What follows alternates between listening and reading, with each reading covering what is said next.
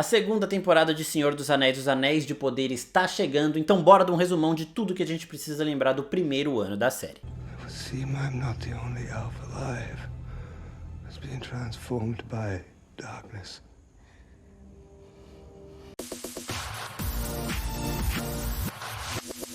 E aí, seus geeks, tudo certo? Eu sou o Marcos Veloso e bora de resumo da primeira temporada de Senhor dos Anéis, Os Anéis de Poder, pra gente dar aquela recapitulada de tudo de importante que nós temos que lembrar antes dos novos episódios chegarem ao Prime Video, antes da gente começar a assistir essa segunda temporada. Primeiro de tudo, né, a série se passa uma era antes dos filmes do Hobbit e de Senhor dos Anéis, então é muito tempo antes. E ela tem uma ceninha inicial que se passa ainda muito mais tempo antes, que é na primeira era de todas. A série se passa na segunda, os filmes se passam na terceira era, e nós temos uma cena inicial na primeira era, que é a Guerra dos Elfos contra Morgoth, onde o bem venceu o mal. Essa guerra vai ditar as ações da Galadriel, que é a personagem principal dessa primeira temporada aqui, e de boa parte dos outros personagens que vão, uma hora ou outra, acabar tendo seus caminhos cruzados. Bom, depois que o bem venceu o mal nessa guerra, o Gil-galad recebe os elfos vitoriosos e dá a eles uma aposentadoria no reino abençoado de Valinor. Só que a Galadriel ainda acredita que o mal não acabou, que o mal ainda continua se escondendo na Terra-média e que vai crescer se os elfos ou outros humanos ou outras raças não lidarem com este mal. Então ela quer aproveitar, quer ir atrás desse mal que ela ainda continua sentindo, mas o Gil-galad fala: não, acabou a guerra, vai descansar, minha filha, descansa, vai lá pro reino abençoado e pronto. O reino abençoado é meio que um paraíso. Quando ela e os outros elfos que estavam ali com ela estão entrando no reino abençoado, ela decide pular do barco e sai nadando completamente num vazio. Só tem oceano ali na frente dela e ela vai nadando. Nós temos essa temporada aqui em algumas frentes de personagem. Então a gente vai falar por partes aqui de cada uma delas, começando pela Galadriel, que é a personagem principal. Nesse nado dela, ela acaba encontrando uma embarcação bem improvisada mesmo, cheia de humanos. Esses humanos, eles ajudam ela. E é ali que a gente é apresentado ao Halbrand, que é um personagem que vai acompanhar a Galadriel durante toda essa primeira temporada. Todos esses humanos morrem nos acidentes que tem, aparece uma criatura marinha, dá muita merda, só sobra a Galadriel e o Halbrand, e aí ele vai com ela nas missões dela. Em paralelo a isso, nós temos as Terras do Sul, que também é uma região bem importante para a temporada, é onde vai ter a grande batalha desse primeiro ano da série, lançado lá em 2022. Aqui a gente tem ainda patrulhas de elfos que estão observando os humanos das Southlands, né, das Terras do Sul, porque estes humanos ficaram do lado de Morgoth durante a batalha. Então, como eles apoiaram o inimigo, os elfos ficaram patrulhando ali, só que, como eu falei no começo do vídeo, o Gil-galad já declarou que a guerra acabou, que o mal já não existe mais. Os elfos ali da Galadriel procuraram por provas e, segundo o Gil-galad, não encontraram nenhuma delas. Então ele vira para os elfos, né, inclusive o Arondir, que é outro dos principais personagens da temporada, que estavam ali patrulhando Southlands, e fala: ó, volta pra cá, acabou, tá de boa. O Arondir não queria sair de lá porque ele estava apaixonadinho por uma das moradoras, e ele acaba dando uma investigada a mais e ele encontra uma terra podre, uma vaca doente. Ele percebe que sim, o mal ainda reside na Terra-média e está aos poucos crescendo. Só que no meio dessa investigação ele é pego por orcs. Então os orcs voltaram aí, já tem o mal escancarado, vivo ainda na Terra-média. Agora a gente vai para outro núcleo, que é dos elfos, diretamente com o Celebrimbor, com o Elrond e com o Gil-galad de novo. Os elfos, eles estão lidando com um problema, a imortalidade deles está sendo afetada e o Gil-galad está com medo, né, dos elfos deixarem de ser estes seres divinos, estes seres imortais. E aí ele pede ajuda pro Elrond. Por quê? Porque o Elrond é amigo dos anãos. Sempre bom reforçar que anãos é a forma plural que é dita dentro da obra de Tolkien, tá? A gente sabe que fala-se anões na nossa língua, mas a gente vai respeitar a linguagem dos livros, da obra de quem escreveu. Então o Elrond vai falar com os anãos porque ele é amigo do Durin, filho de Durin, que é um dos lords, ele é o príncipe. Só que os elfos, eles têm uma intenção escondida nisso. Eles querem um metal específico que só tem nessas minas dos anãos, que é o Mithril, que é um metal divino, né, um metal especial que surgiu na Era das Lendas. É uma parada bem diferente que pode trazer de volta a imortalidade dos elfos. E aí o Elrond vai lá, conversa com o Durin até aceita ajudá-los, mas o Durin pai recusa, porque ele sabe que o Mithril é muito perigoso de ser minerado, isso poderia matar todos os anãos, e ele fala: eu não vou arriscar o meu povo para salvar os elfos. Só que o Durin filho, né, o Durin príncipe, que é o Durin principal que a gente acompanha, ele tinha um pedacinho de Mithril e esse pedacinho acaba chegando aos elfos. Guardem isso porque é muito importante. Os elfos têm um mínimo pedaço do metal que eles precisariam usar para salvar a espécie deles, para salvá-los contra essa imortalidade que está sumindo. E aí nós temos o quarto núcleo da temporada, que é a Nori e o tal Homem Misterioso. A Nori é uma pessoa do povo dos Pés Peludos, que são os ancestrais dos hobbits, e eles estão ali fazendo a sua trilhinha, eles vivem como nômades, né? Então eles estão indo para o próximo ponto ali de descanso e cai um meteoro do nada. Eu vou fazer um outro vídeo explicando mais o que foi esse meteoro, quem são estes seres que vieram do céu, né? Mas então se inscreve aí no canal. Mas cai um meteoro do nada e ela, com esse espírito aventureiro dela, aí vai investigar o que é. Os Pés Peludos, eles se escondem, eles não vão atrás de problema, mas ela é um pouquinho diferente, né? E aí ela chega lá, ela vê uma pessoa completamente preservada, né? Um cara que pra ela é gigante, né? O cara é muito alto perante ela, que ela é pequenininha, tipo um hobbit ali.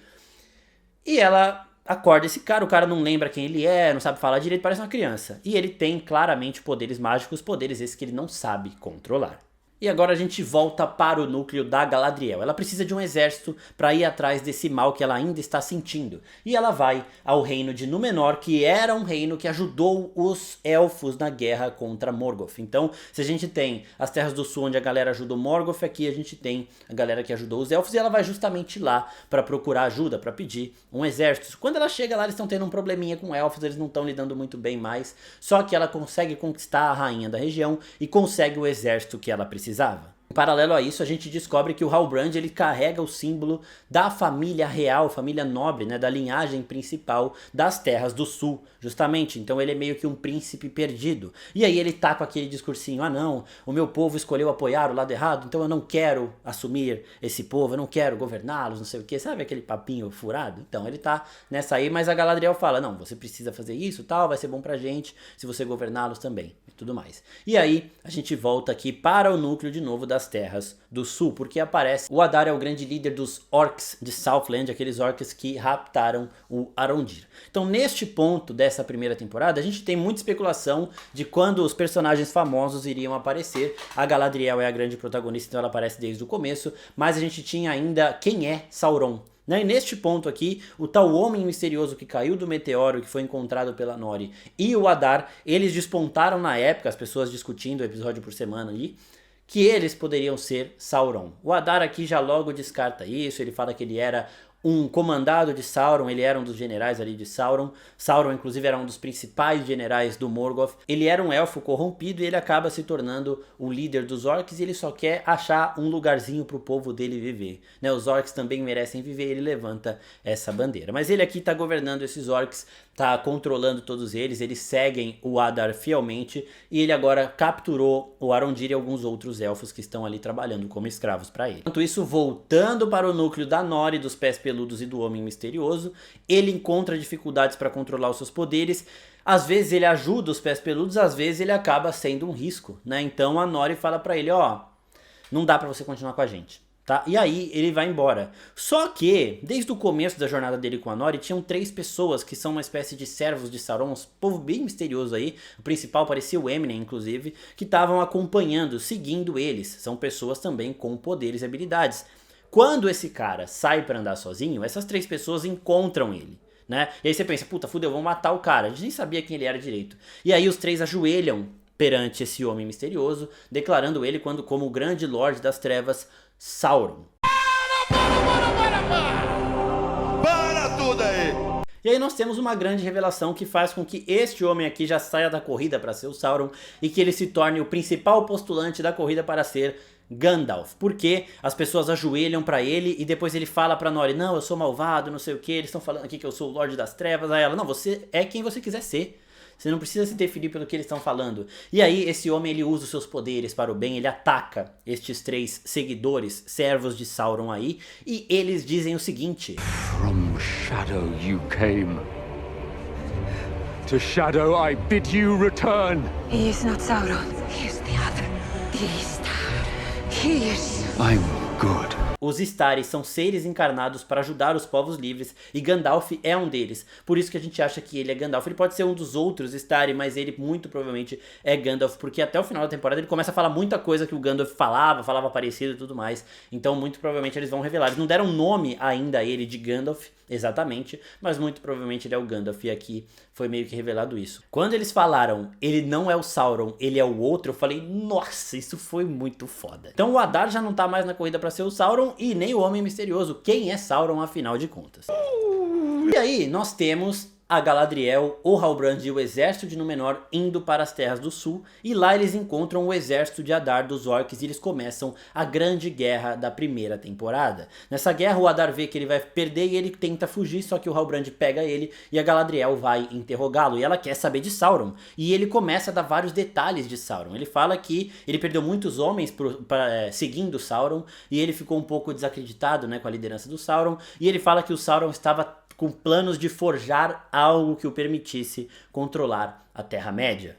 After Morgoth's defeat, the one you call Sauron devoted himself to healing Middle-earth.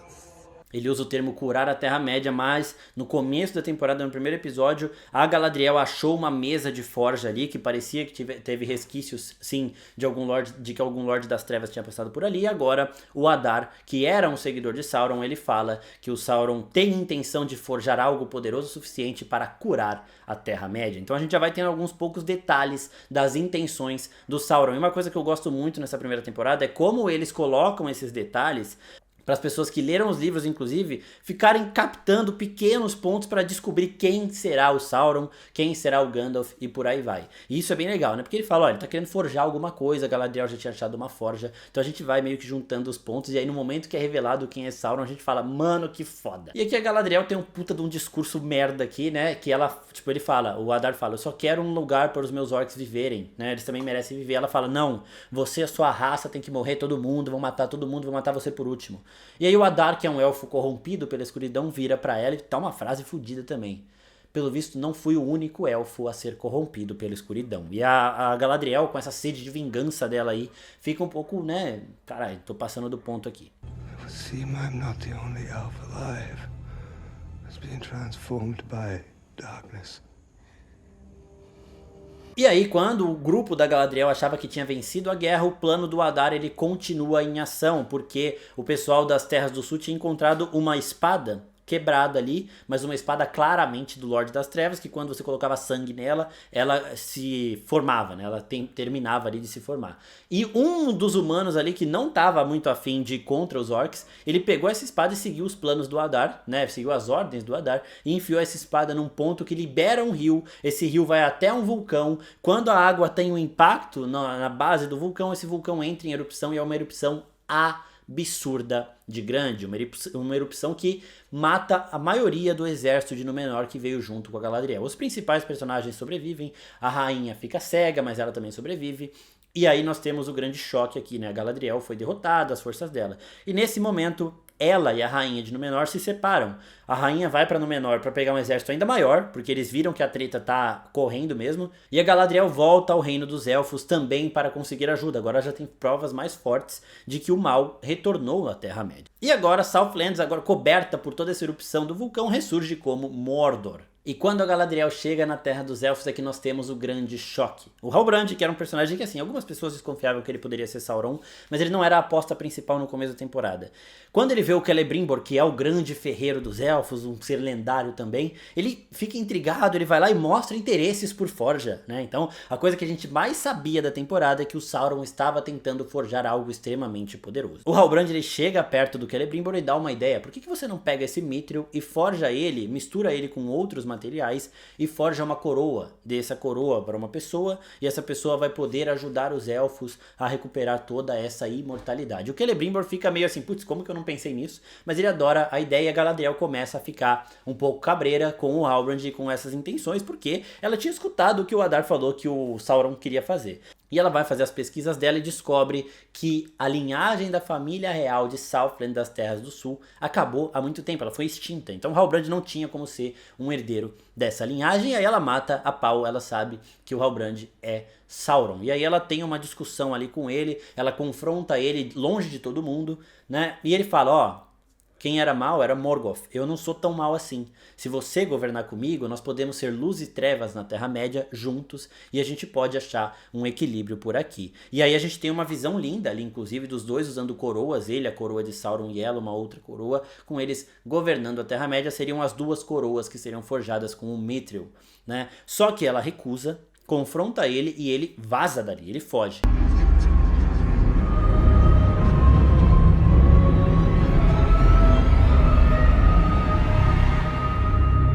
Só que ela não conta pra galera que ela descobriu quem é o Sauron, tá ligado? Ela não conta pra galera que ele tava querendo ali ajudar nessa forja, só que talvez ela ache que não é mais um perigo, porque ele não levou nada, ele não conseguiu a forja de fato, né? Mas ele vazou dali, e aí a Galadriel volta. Nisso, o Elrond também descobre que o Halbrand é Sauron, mas ele também não quer falar nada pra ninguém. Ah, vá merda, porra! Vá merda!